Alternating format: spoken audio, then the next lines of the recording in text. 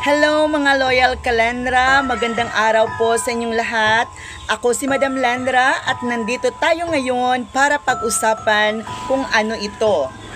Ano itong dahon or ano itong tanim na hawak ko.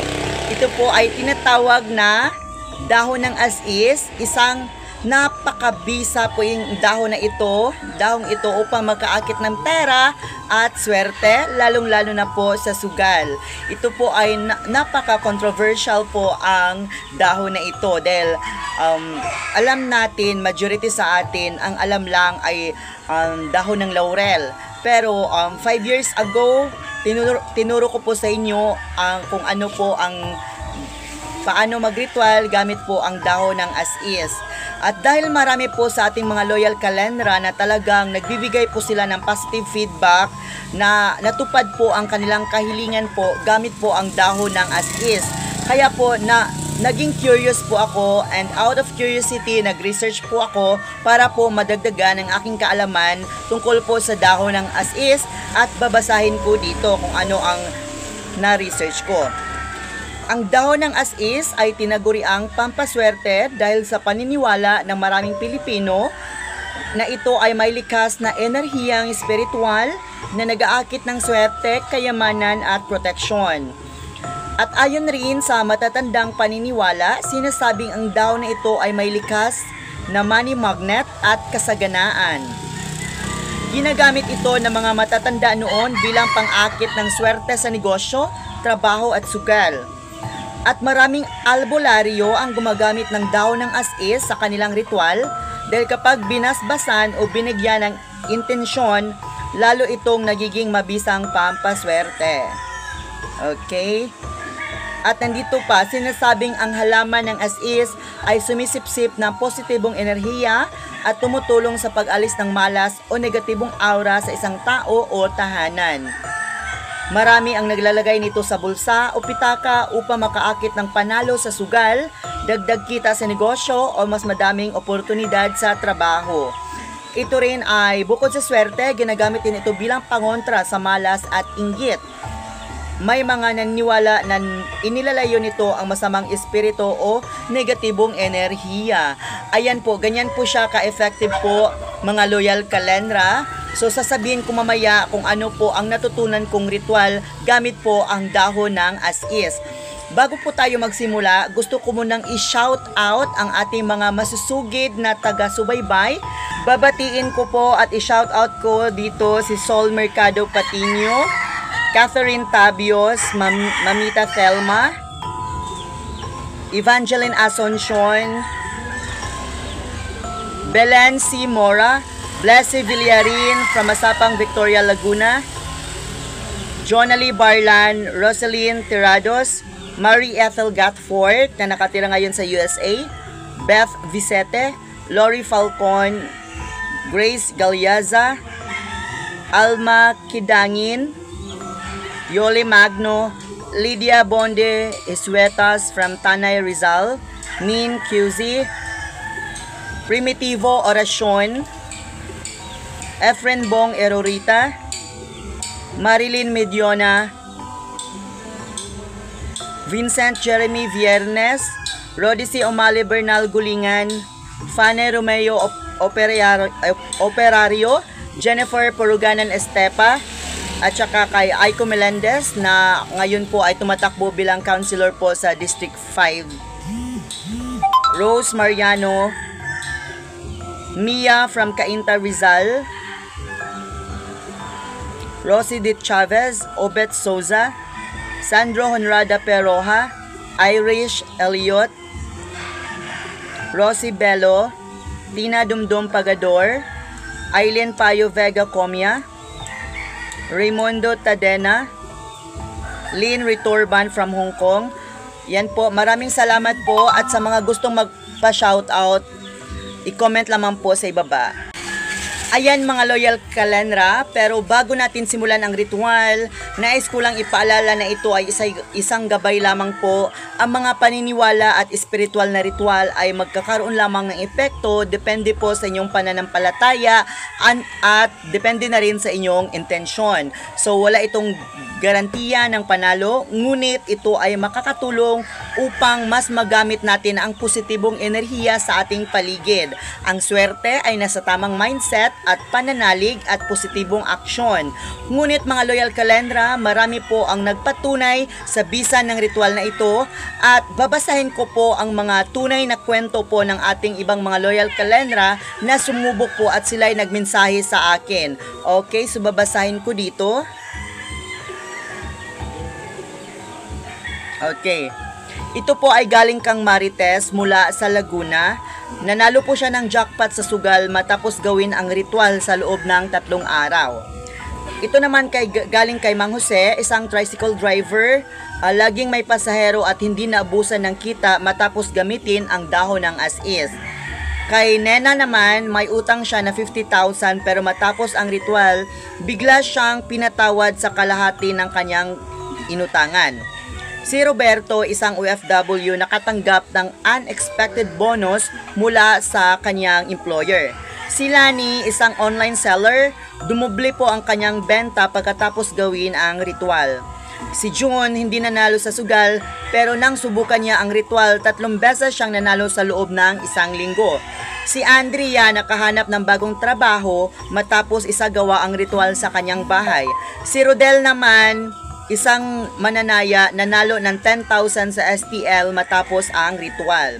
Si Grace nakatanggap ng malaking tip sa kanyang trabaho bilang waitress matapos gumamit ng dahon ng as-is.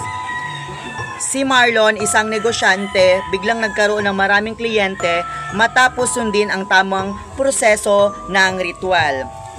Ayan po mga loyal Kalendra, marami pong nagpapatunay sa ating mga ritual po. Pero bago po ang lahat mga loyal Kalendra, para hindi po masayang inyong oras sa panunood, ngayon kailangan kayong mag-focus dahil magsagawa po ako ng magpatugtog ako gamit ang singing bowl, dahil ang tugtog po ng singing bowl ay nakakapag-iwas ng stress at nakapag-remove rin ng kamalasan sa ating bahay or kung merong mga negatibong enerhiya. So you can connect this to your speaker para po ipatugtog po sa inyong pamamahay para umiwas po ang mga masasamang nakatira po sa inyong bahay or mga negative energies po, okay? Para papasukin natin ang swerte at ako rin ang magsunog gamit ang dahon ng laurel para po sa ating lahat at ihilingin ko po na tayo pong mga loyal Kalendra, kayo pong mga loyal Kalendra, sabay-sabay po tayong uunlad dito. Kaya please sabayan nyo ako.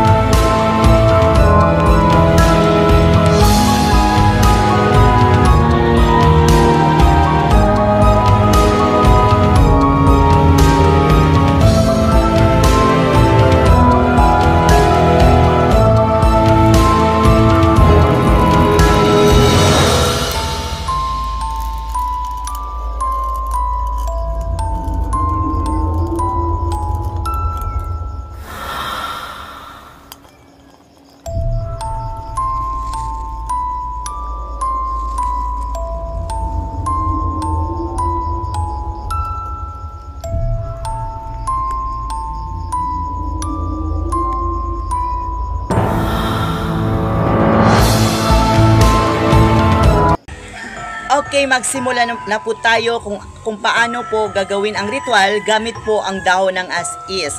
So, sa ganitong ritual, napakasimple lamang po. Ang kailangan lamang po ang isa pong dahon ng as is. Ayan, marami pa kong dahon ng as is. Dahil sa aming paligid, makikita talaga natin ang mga dahon ng, ang mga tanim na as is. Dahil, marami pong hindi nakakaalam sa swerteng hatid nito. Kaya kung ikaw po ay nakapanood dito, maraming salamat po dahil ikaw po ay magkakaroon ng swerte kung gagawin mo ang ritual na ito. At pakishare na rin ang video ito para po malaman po ng inyong mga kapamilya o mga kamag-anak or kahit na mga kakilala po ninyo na pwede pong kayo ang maging instrumento po para po sila magkaroon ng swerte at proteksyon. So, dito po, kailangan lamang po ang isang dahon ng as is, isang baso ng tubig, at of course, ang inyong pananalig at tamang intensyon. Okay, so, kumuha tayo ng isang dahon ng as is. Mas mainam po kung sariwa po ang gagamitin ninyong dahon ng as is po. Kahapon ko po siya kinuha kaya po hindi na siya sariwa po. Pero ito po ang example, okay? So, unang hakbang, hawakan ang dahon ng as is gamit ang inyong kanan na kamay or right na hand, okay? At banggitin ang inyong pangalan at hiling, okay? So, for example, kung ang pangalan nyo ay for example lang Aiko Reyes. So, banggitin ninyo ang inyong pangalan gamit ang right hand ninyo. Sabihin nyo, ako po si Aiko Reyes. Ayan. Yan po ang pagsasabi, Aiko Reyes. Okay? At isunod po na, Panginoon, buksan mo ang pintuan ng kasaganaan para sa akin. Hinihiling ko na ang dahon na ito ay maging daan upang akitin ako ng swerte at biyaya sa aking buhay. Maraming salamat sa lahat ng pagpapala na darating. Yan, guide lamang po ang prayer na iyon. Pwede nyo po pwede kayong magkaroon ng own version po sa prayer ninyo. Yun po ang guide ko, okay? Tapos, after that, ilagay nyo po ang dahon sa ilalim ng inyong unan kung nais mo magkaroon ng financial abundance. Kung para sa sugal, ilagay ito sa inyong bulsa bago tumaya. Pero ito ay inyong tupiin kasi po mahaba po ito at malapad.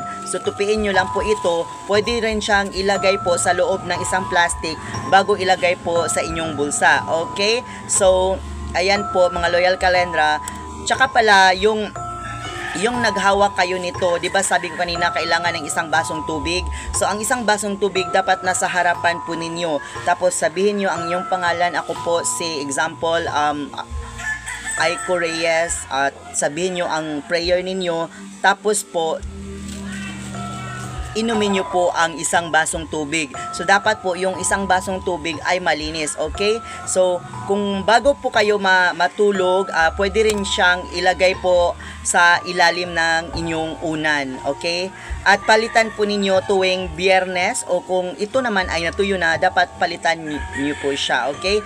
Tapos, hindi nyo po siya basta-bastang itapon kung saan-saan. Ilagay, pwede nyo po siyang itapon sa lupa, o kahit sa halaman bilang respeto, okay? So, ayan po mga Loyal Kalendra, napakasimple po ang ritual na yan, pero unang-una po, manalangin po kayo gamit ang Power ID. So, sa mga hindi pa nagkaroon ng Power ID, paki-comment po Power ID sa ibaba para bigyan ko po kayo ng free po na Power ID. Isa po siyang panalangin po na kahit araw-arawin ninyo, kahit anong ritual na gagawin ninyo, kung yan po ang unang inyong ipanalangin before sa ritual, matutupad po talaga ang inyong mga ritual.